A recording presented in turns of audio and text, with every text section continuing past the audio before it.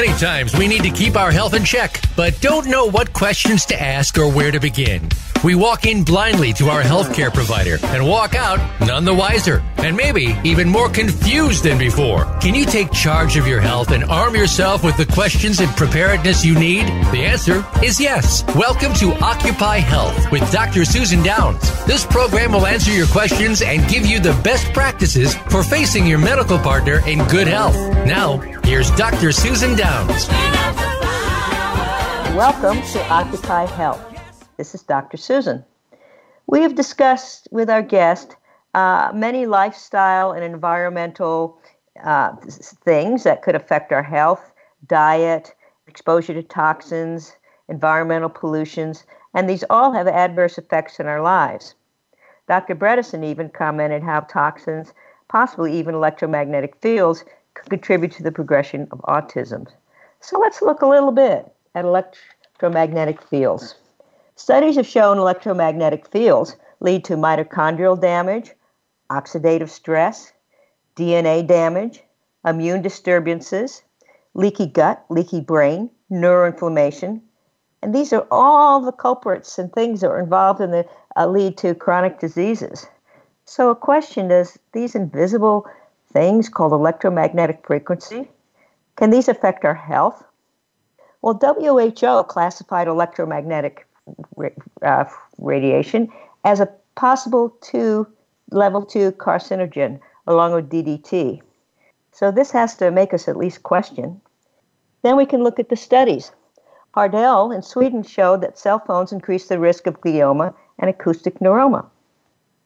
Also, other studies looking at the brain, 4 hours of exposure per day disrupts the human brain cell's ability to repair damaged genes. And that low-level EMF makes the blood-brain barrier of rats permeable, so all the bad things get in. And then rats that are exposed to electromagnetic frequencies no longer remember locations to previously familiar cases. But the issues and studies don't stop there. Studies on sperm show that electromagnetic frequency decreases the motility, the number of sperm, and abnormalities in the sperm and oxidative stress, which we know is a recipe for further diseases. And exposure to electromagnetic frequencies may prevent egg implantation, like if it's done 2 hours previously. Many guests have talked about sleep, how important that is in our health. That's when we're supposed to have this restorative period to take care of the problems and toxins that we may have accumulated the day before. But cell phones interfere with sleep. They delay sleep onset and the waking sleep cycle. But more concern is, what did it do to pregnant women?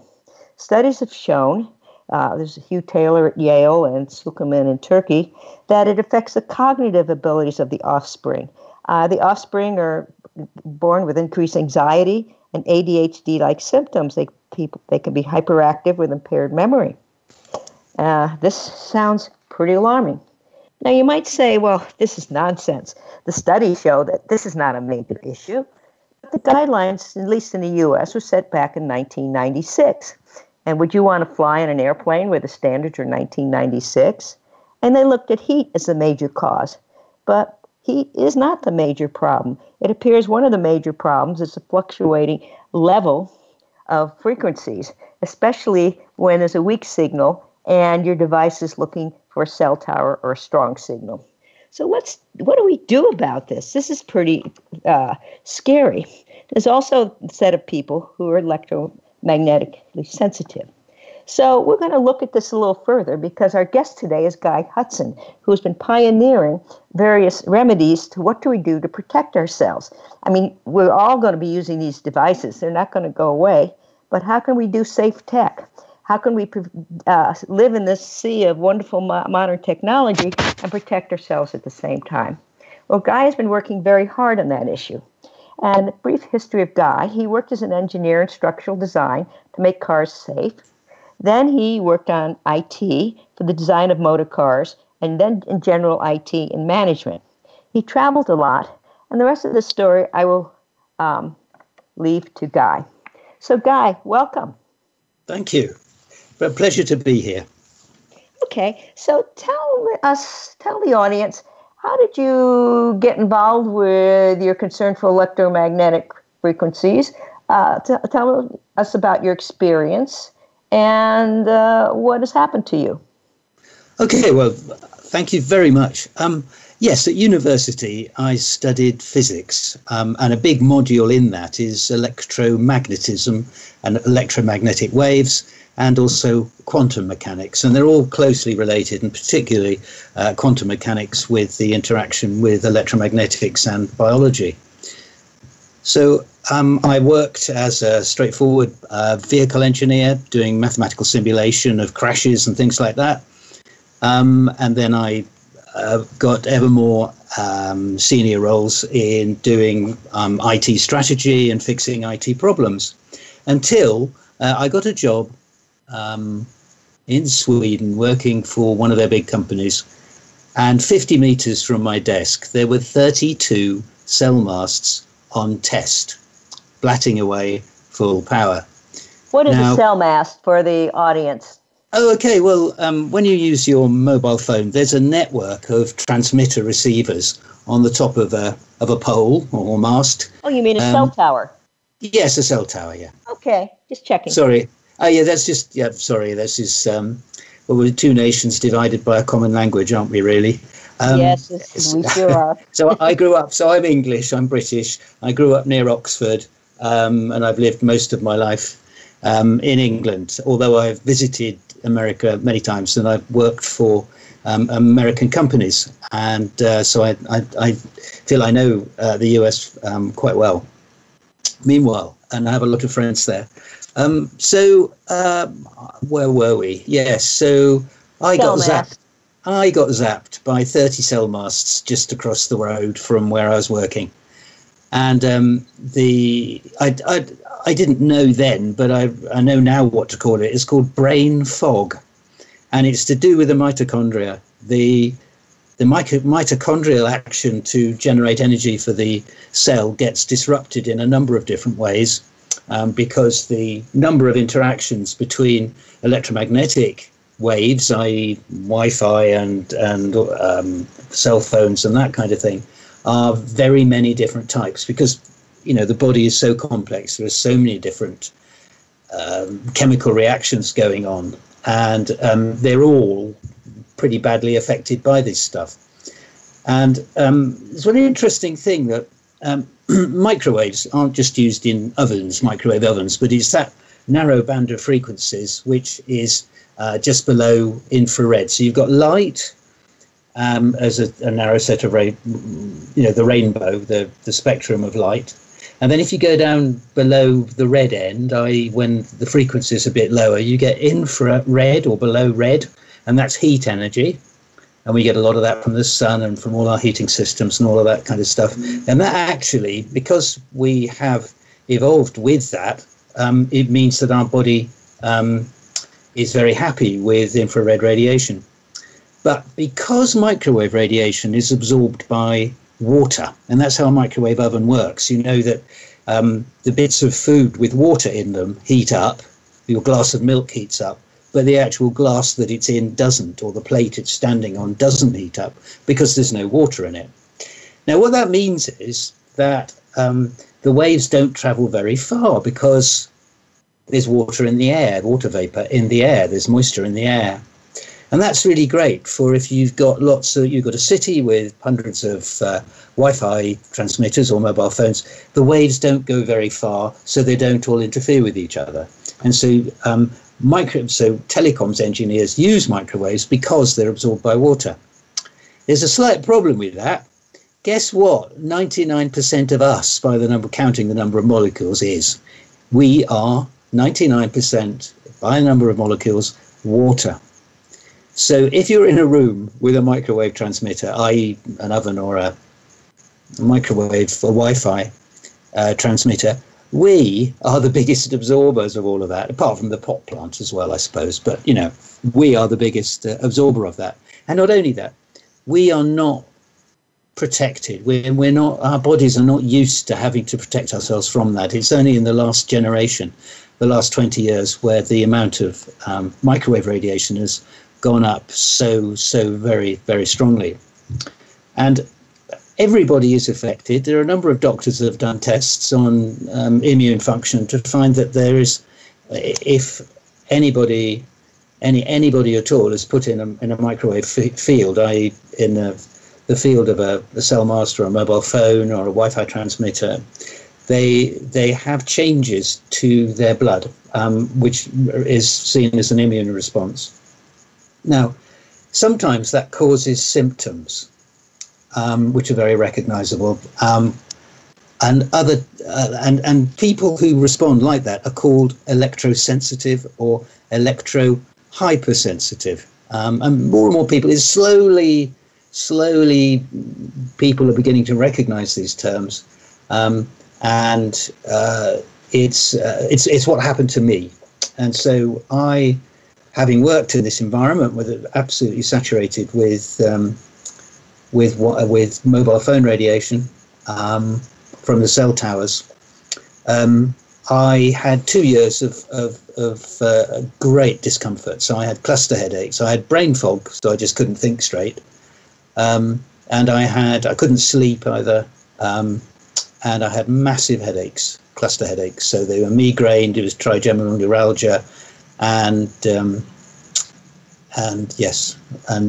myalgic encephalitis. So so I spent 2 years in denial, thinking, no, Guy, you can't be electrosensitive because it means you've got to give your job up, and you can't give your job up because I used to like my job. And it took me 2 years to sort of wake up to the fact properly and not be in denial. And then as soon as I switched off all my sources of microwaves and constructed what's called a Faraday cage, or shielded my own bedroom, I started to get better week by week. And now I live, I have to be careful, but I live a very normal life now, and able to go on the train to the big city or travel by aircraft if I'm really careful. Because I wear protective clothing, and which works very well. It just reflects the microwaves away. It's an interesting journey that I've been on, and one where as soon as I'd fixed things for myself, and I find this with other customers, the immediate impulse is to want to help other people in the same situation. So that's really what I've been doing for the last 7 or 8 years.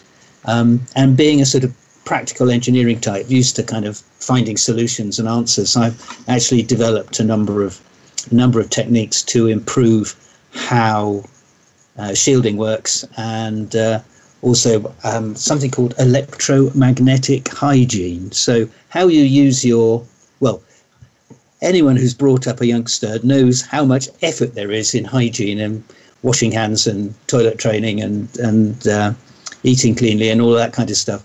And it's the same thing's got to happen with use of technology now, in order to reduce your exposure, your everyday exposure. You can reduce your everyday exposure by a factor of at least 1,000 times if you're careful, and that means using your computer wired and so on. There's many different. I would like things to interject and say something here.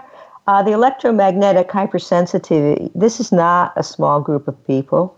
The estimates have been from 1.5% of the population in Sweden to 13.5% of the population in Taiwan. There are a lot of different symptoms, which Guy will get into. And there's actually something in Korea called digital dementia. I mean, up to, it's very similar to dementia, autism, and there's a very high use for mobile devices there. Other things I'd like to point out about the cell towers, this is not something benign. In San Diego, there was a fire department, and they put cell towers on top of it. All the firemen got sick until they removed the cell towers. Even more interesting is I interviewed many farmers in Switzerland, and they didn't know what was happening to them, but they all got sick. Their animals got sick.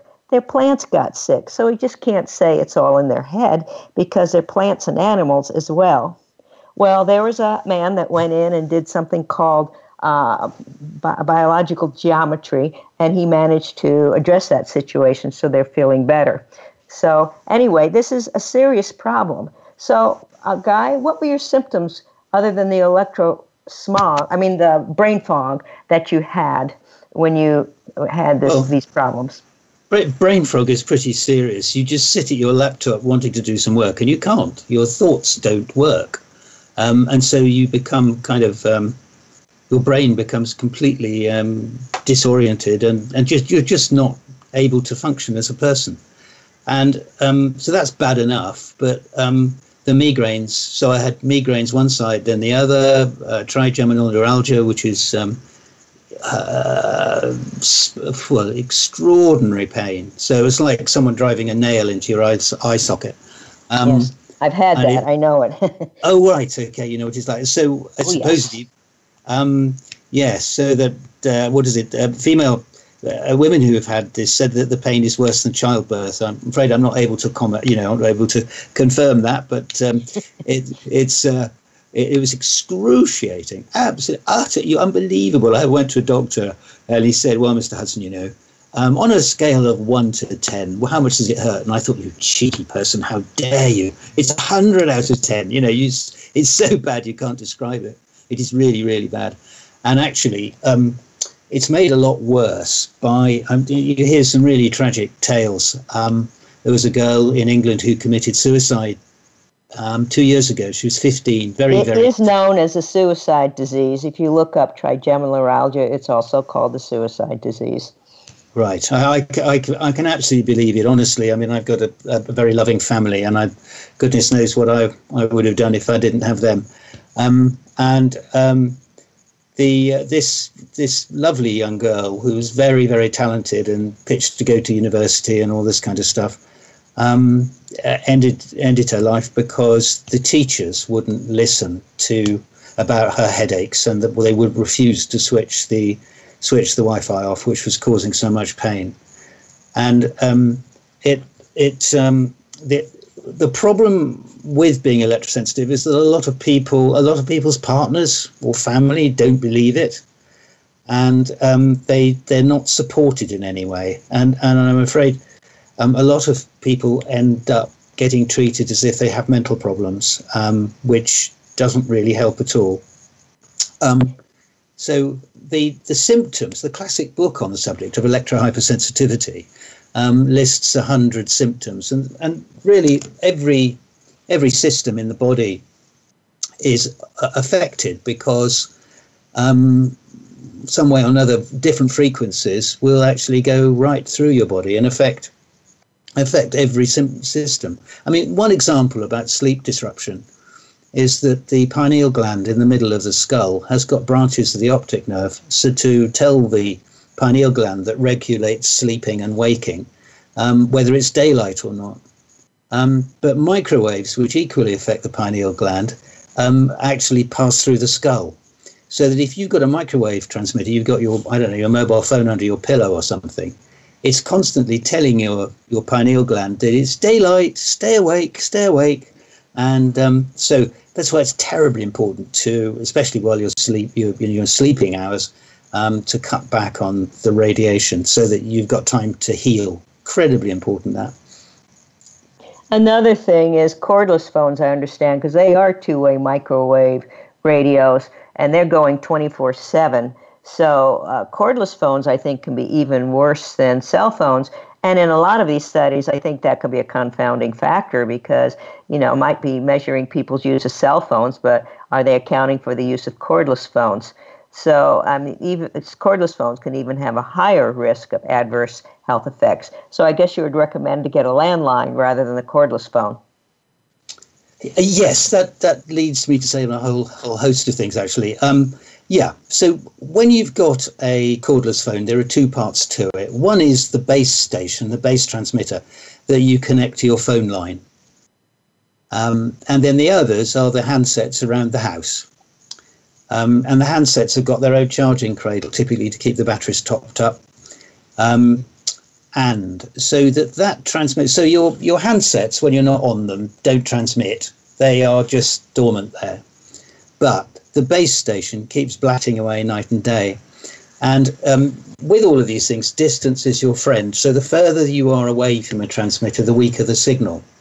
And because the transmitter that's on all the time, unlike most phone cell, what did you call them? Not cell masts, cell towers. Towers. Most cell towers are at a distance, typically, between 100 and 500 meters, say, or half a mile away.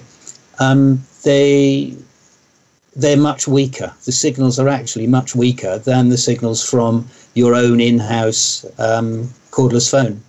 And also the patterns of the signals, so they pulse to give the data, which tells you what you're trying to communicate. Your voice is broken up into little packets and sent on little pulses, and it's those pulses. So if you could imagine the average power density, the average power coming off a candle, and the average power off a strobe light or say a camera flash. The camera flash or the strobe light is just instantaneous, whereas the candle carries on and on and on for many hours. But they could have still the same average power. It's just that it's very, very peaky if it's the strobe light. Now, it's the strobe light that causes the problem. So, whereas the candle doesn't, because it's just to such little power. So, I just want to make the point that the pattern of the communication, the pulses that are coming out of these digital devices, is critical to how much they affect you.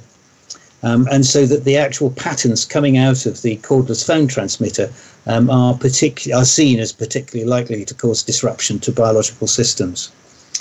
The other point is that many people consider hypersensitivity, electromagnetic hypersensitivity, like any other allergy, like a food allergy, like gluten or whatever. And the standard way of curing, there are many different ways of curing and making people less sensitive. But all of them you have in common that what you first of all do is stop the person eating that allergy, stop eating gluten or whatever if it's a gluten allergy. And so they get right away from it so that you actually have a rest from the toxin. And it's the same with electromagnetic radiation. So if you can get people's radiation exposure below their trigger level, below their sensitivity, their immune system isn't going to be triggered all the time, and it allows time for the body to relax and heal itself. Now, the level of sensitivity, if you're constantly being triggered, normally the level of sensitivity, the trigger level, goes down and down and down. In other words, weaker and weaker signals trigger your sensitivity and your symptoms. And when that happens, it means that if you get down to the level, so if you take the example of a cordless phone, it might be that your immune system's only triggered when you're holding one of these things right by your head. But if you keep on being overstimulated and have too much of this, you will eventually get more and more sensitive until you are sensitive to devices that are going 24 hours a day. So in your home, that's your Wi-Fi transmitter and your cordless phone. And once you become sensitive to that, as I did, that really means you're in for a lot of trouble because your symptoms just get worse and worse and worse. So, yes, there's no place in this planet that you can get away from cell towers because even I think in the Himalayas and very remote places and in the mountains of Switzerland, they're everywhere. One interesting fact I find is that in 1996 in the U.S., they passed a law that you cannot stop the placement of a cell tower for health reasons. Do you think they knew something? Yes, I think they did. And also, I think that the legislation being proposed for 5G in the States is the same basis, apart from near fire stations, because of the problems that they know, and they know that the Firemen's Union would come out against them. Yeah, it certainly seems to be a problem. Other countries have a different approach. For example, in Israel and France, they don't allow Wi-Fi's in preschools, and children are particularly sensitive. Their heads are smaller, their skulls, the protective skull is thinner, and it can penetrate through their brain more quickly, and their cells are dividing quickly. Belgium, yes. Apparently, it's not legal to give a child a cell phone. And in Turkey, it's illegal to advertise cell phones to children. So some countries are actually recognizing this and doing something. Absolutely. And Britain started to do something in the 2000s, but it's just gone by the wayside.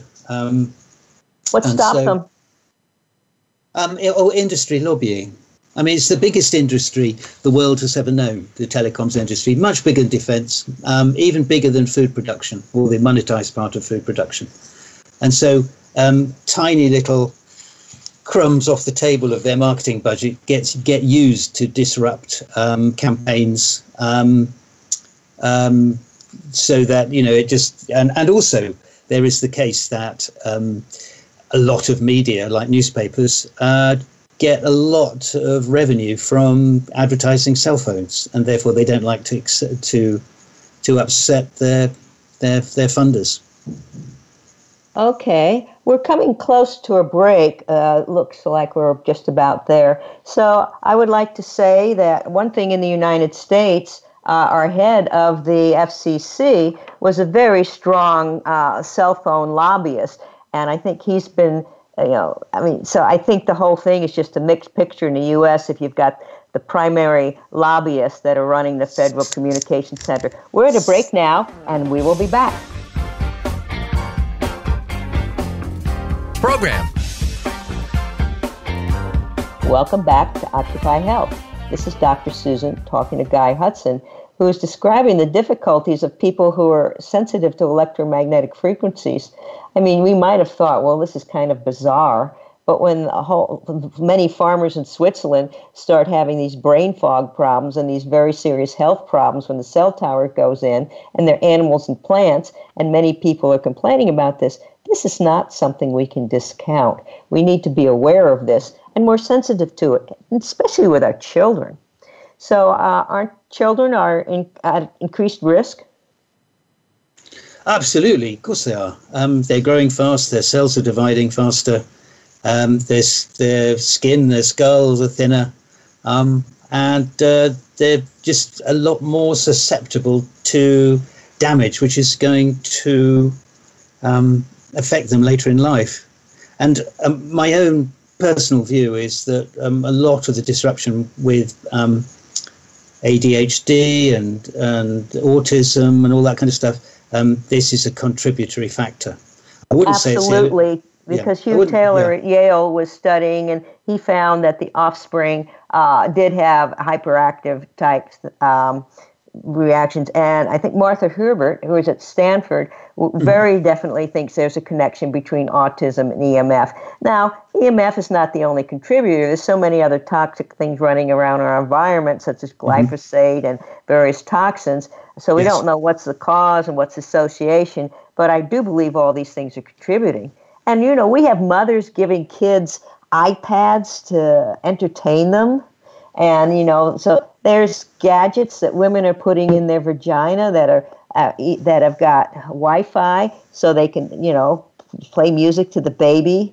I mean, there's remote-controlled Wi-Fi vibrators that the women can use. I mean, there's little onesies that they put little Wi-Fi on to measure the baby's heart rate so the mother doesn't have to go pick the baby up to see how it's doing.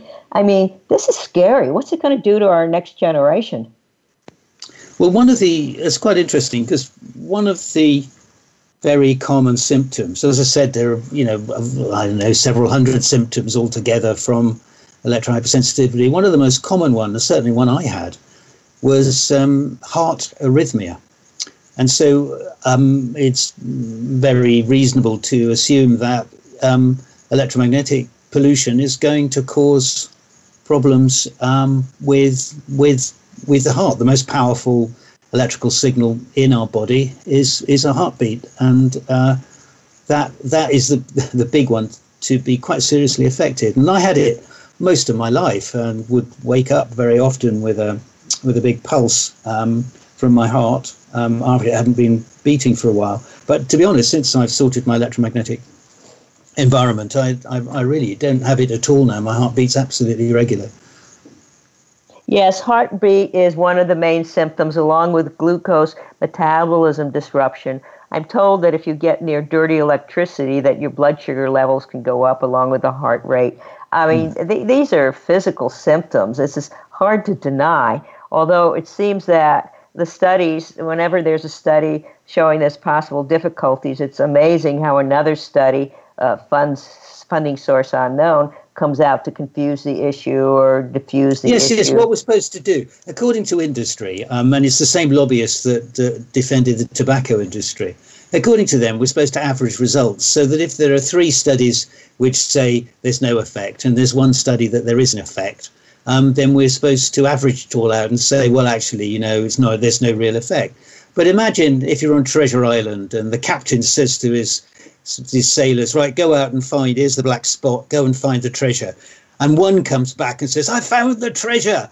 And he said, oh, no, we're going to average results. There's no treasure. You know what I mean? It's just nonsense. Yes, it is. You can't proceed like that. So how does somebody know if they're electrosensitive?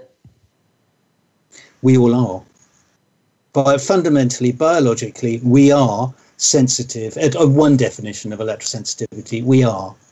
Now, the more common definition is, so there is a very strong interaction between our bodies in all its different systems, nerves, blood, whatever, skin, brain, all of that are all affected.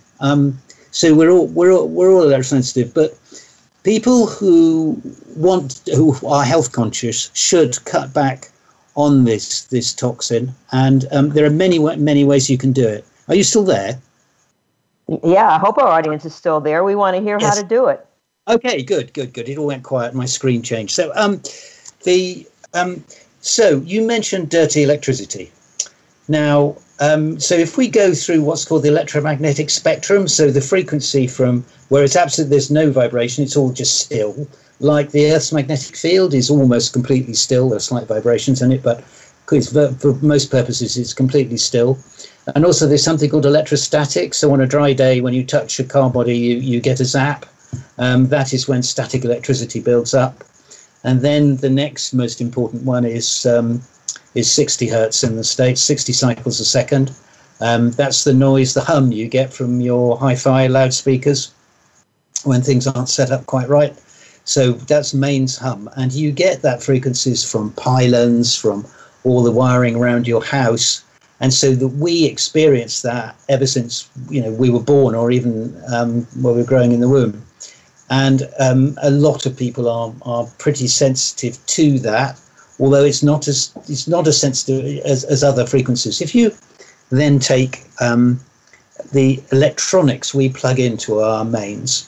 So it's all typically, a power supply for charging a mobile phone, power supply for charging a laptop, the power supply inside your TV, and so on. It goes on. All these little power supplies work at between 30 and 70,000 cycles a second. So in order to make them more efficient and produce less heat and more electricity out the same tiny device, they've upped the frequency.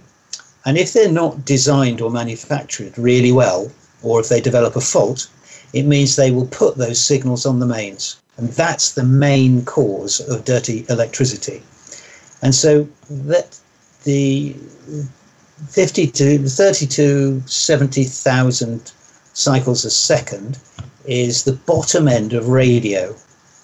So in other words, all the wires in your house suddenly become aerials, and they radiate out at you, and that particularly disturbs your blood and gives you, as you mentioned earlier, Magda Havas's work about the unstable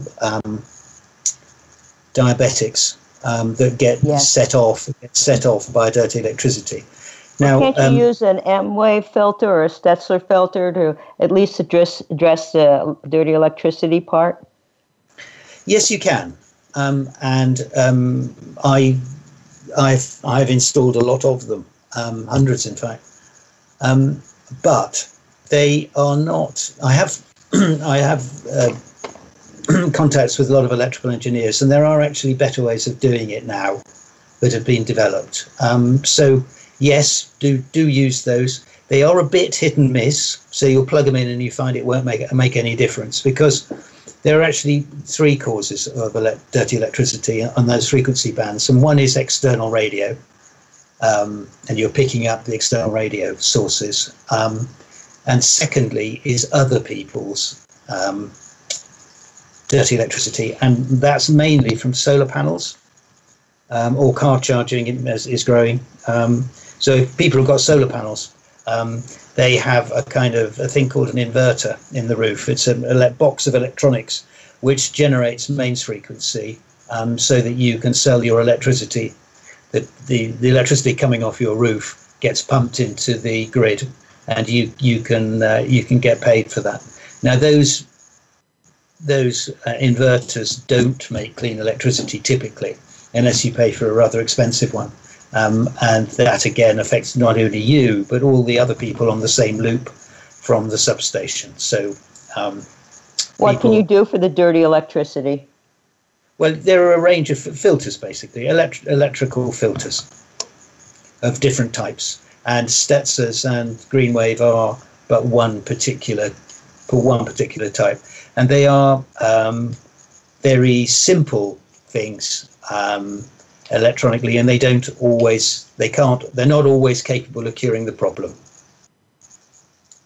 Now, my electricity provider, EDF, is pushing to put a smart meter in my flat. What do you think of smart meters? Where do you start? A good friend of mine who lives in England, he runs something called Stop Smart Meters UK. That's a very good resource. Basically, there are four reasons. One is that it makes a lot of dirty electricity, and mostly because they're all using the same little power supplies, and they're all connected to the grid. They kind of add up and make it all worse. So that's the first thing. Secondly is data security. It allows external people to know, because of a particular signal, when you're taking a shower, when you're putting a kettle on, when you've got your lights on, and when you haven't. So external, not only the electricity companies, but organized crime can know when you're at home and when you're not. So that's the third thing. Fourth thing, the most important, is that, like the strobe lights, so what they typically do is there are different sorts, but the ones in the UK and a lot of the type in the States have got two transmitters. They've got one transmitter for inside the house, which tells you how much electricity you're using. And that's got one particular kind of characteristic pulsing. And then there's another transmitter which sends the data back to the utility through a network of towers, which tells the utility how much electricity you are using. And that is the one which has got a stronger signal. And it's in London, it goes tick, tick, tick, night and day, 365 days a year. And the problem is with that, it's like Chinese water torture. The actual signal itself is short-lived and it's not massively powerful, but just like Chinese water torture, it will get you. So you need to shield yourself. If a neighbor gets one, you need to shield yourself from it. And you can. Most electricity companies now are sympathetic to those people who say they don't want a smart meter. Well, when I spoke to EDF, they sounded like they thought I was kind of nuts about that. Why don't you tell us how we can protect ourselves, and how do we do safe tech? Tell us about your clothing. Tell us, some people paint the walls. You mentioned Faraday cages. Obviously it depends how aware we are of our sensitivity to it. So tell us how to protect ourselves. Okay, so you need to make sure that you're not triggered. So that if you're a really, really sensitive person who's having a hard time with a lot of heavy symptoms, you need to get a good, strong level of protection. Whereas if you've got milder symptoms and you're not triggered, you're only triggered when you're in a really bad level of electrosmog, like a commuter train or something like that, then you can probably, as long as while you're sleeping, you've got a really, really low level, then you should be able to keep your symptoms in check. However, those people who are health conscious for themselves and for their families should consider that electrosmog is very aging. And it's aging because of a particular effect on the blood, that the red blood cells are kept apart by an electronic charge. So it's an electrical process that allows our blood to flow freely, so that our sticky red cells are kept apart in the blood serum. And so that when they enter a capillary, which is only just big enough to let these rather large red cells in, if two are stuck together and are trying to get in, the thing blocks up. So that particular areas like lining of the gut, the retinas, and all of that kind of stuff, where there's a lot of regrowth of cells on almost a daily basis, those tend to clog up and they don't get replaced. And therefore, those systems begin to fail as you get older. So if you want to keep young and beautiful and healthy and all that kind of stuff, cut your electrosmog. Tell us how to do this. Okay, well, so I started off, I was talking about statics, electrostatics, magnetostatics, then I talked about mains frequency, and then I talked about dirty electricity frequencies, the bottom of radio. But then radio over the years, so it started out in the 1910, 1920s, a rather low frequency radio, so-called long wave. And then as time has gone on, they've been able to develop the electronics to make faster and faster frequencies. And so that microwaves, for instance, are gigahertz. So we all know about gigabytes as in terms of computer memory, but these are gigahertz. So that's 1,000 million cycles a second. So they've got some pretty smart technology there these days in mobile phones that allows waves to be produced that quickly. And what that will means that a lot of information can be carried on those waves. And also, as I spoke to earlier, they don't go very far, so that phones from different cities don't interfere with each other. Now, the good news is that the microwave frequencies are near enough to light frequencies to behave quite like light, so they can be reflected. So if you put a sheet of aluminium up and you put your mobile phone one side of it, you won't get a signal the other side, because the microwaves will not go through. So the other thing is that other things reflect, so that if you've got reflective surfaces, so if a fridge happens to be behind you and that reflects back as well, that will send out signals from your mobile phone and scatter them, and so they'll be reflected off lots of different things. And so therefore, if you want to make a really good, there are situations where there's one big transmitter on one side. So there's a case where you've got people working by an airport radar or something. So this is a very, very powerful thing. You shield one wall, one side facing the transmitter, and you'll see a massive reduction in microwave energy in the office. But typically, say people living in cities, like particularly flats, from all six sides, below, above, and all 4 points of the compass, you will see other people's Wi-Fi, other people's cordless phones, cell towers, all of that kind of stuff. So it's a great bit. That's why it's called electro smog, because there's so many different sources now. So you really need to shield, and in all six sides of your bedroom, and to a lesser extent where you spend time in your office, or where you sit down and watch telly, or sit around in the kitchen and eat, and that kind of thing. And the general reckoning for where you really need to concentrate is anywhere you spend more than 4 hours a day.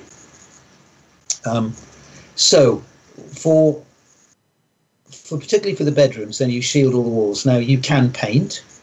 The paint is black or dark grey, and you need 2 coats. And it needs to be on a very good surface, because if there are cracks or you miss bits around the corners and all that sort of stuff, the microwaves will leak in. And then you need 3 coats of white on top. And if it's been at all streaky, then microwaves will come in through the thin bits of paint. So I recommend instead wallpaper. And so if you put wallpaper up, you're guaranteed on its thickness. You have to connect across the sheets, and so you read my website on how to do it. And then I have a reflective layer first, and then once you've created 6 sides of your bedroom is all reflective, you have to be careful that any leak, they always get some tiny leakage of signals coming in, that those signals will just bounce off each other. So the signals will bounce off opposite walls, and you get what's called internal reflection. And you don't want that. That's very upsetting for electrosensitives. And so that I recommend, you could buy it off my website, a specialist paper that was developed for the purpose. It actually absorbs microwaves. So it's like the acoustic equivalent will be putting carpet up on the wall. So any waves that hit the wall just get absorbed and damped away. And so therefore you end up with a very, very quiet environment. Now, when it comes to windows, you can either put curtains up, and so the lining of your curtains can be a bit like a net curtain stuff. There's some silver-based materials. They're very expensive. They look quite nice. They tend to go a bit brown after the time because the silver corrodes. I prefer stainless steel, so all the materials we've got on our website are stainless steel because it's cheaper, and because you can get the density of the tiny filaments much more because you can afford it. It gives a very much better protection. So well, let me interject here. If we don't want black walls, it sounds like a very heavy undertaking. What about if we just wear some of the protective clothing? And I notice yours is like covering the important body parts. So it could be a T-shirt and shorts and maybe a beanie for the head. But let's make a diversion into telling people some other things they can do. For example, using a cell phone in any kind of metal enclosure, such as an elevator, a car, a train, a plane.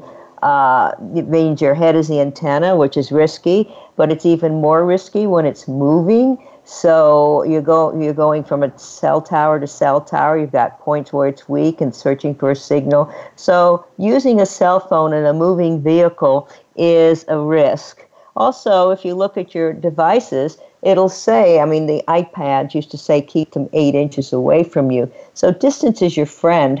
I also understand if you do use earphones, you don't want a metal wire because that's just bringing a signal away to your head. You need earphones filled with air. So distance is your friend. It sounds like we need to keep it away from us at night so we get that restorative time.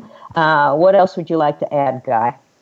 Oh, there's lots. So let's look at the air tube headsets. So the headsets you're talking about are modified, say, in their design. So there's a wire up to the dongle. The dongle's got the microphone, it's got the on-off switch, just like a normal one, but it's also got the loudspeaker in it.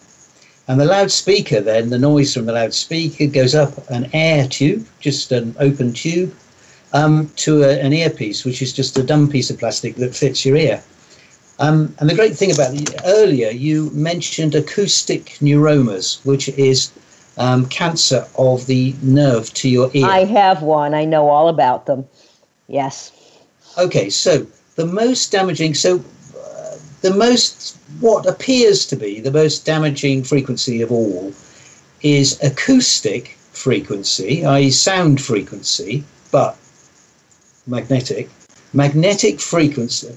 Acoustic frequency, magnetic fields are the worst.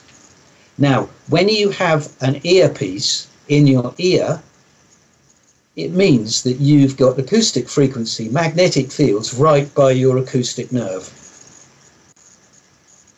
So that's another reason. It's not only the microwaves travelling up the wire to your head, it's also avoiding acoustic neuromas. So would you recommend against the earpieces? No, I was just saying they're very important to use. You must. Okay. I'd also like to point out that Innocente Martellini in Italy, he won a Supreme Court case that they said his brain tumor was caused by his use of cell phone. The government decided that. So I just wanted to let you know. Anyway, let's see. Okay, we're coming down sort of to the end. We've got 4 minutes left. So, Guy, I would like you to summarize and let people know how to get a hold of you. Okay, so I run a website called Beneficial Environments. So if you Google Beneficial Environments, there are videos there are different resources, there's a shop for equipment, and there's a way of just contacting me if you want to ask me questions. And I'm very happy to do that. Now, and I do surveys. That my core business is going around surveying because there are so many different sources of electromagnetics that if I can be there and measure with my equipment, then that's very, very useful.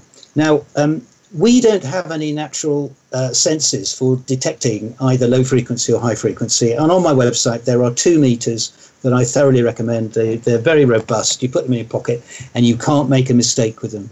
There are some cheaper meters around, but they are difficult to use and you can easily make mistakes with them. The 2 on my website are the ones to use. That's that. Be careful how you use all technology. For instance, blenders, anything with a powerful motor, vacuum cleaners. Make sure that you are about at least a foot away from them. So don't carry your vacuum cleaner around when it's on. Don't stand close to your blender when you're using it in the morning. Lots of health conscious people do that and zap themselves pretty badly for the start to the day. And there's an ebook with all this information in that's free that you can download off my website. So I recommend that as well. So there's 2 sides to this. One is building protection in your life so that you don't have to get the everyday exposure, and the other thing is electromagnetic hygiene, so that when you're using technology you actually minimize your exposure. So it means always use a wired computer, switch your Wi-Fi off. You can even, the latest version of iOS, in other words iPhones and iPads, you can use Ethernet, so you can plug and it's on my website how to do it. You can plug them in and use them wired. And so you haven't got the Wi-Fi. It's the Wi-Fi transmitter that is by far the worst electrosmog part of using an iPad. Yes, and also distance is our friend. I mean, in the cell phones, very hidden. You've got to go through several layers. It does say to keep it at least, 0.8 of a centimeter away from your head. I mean, most people put it up to their ear, and I cringe because there's a lot of people getting brain tumors from that. So distance is your friend. Practice safe. Okay, so what in terms of smartphones, there are 5 different transmitters. So switch off position, switch off 4G.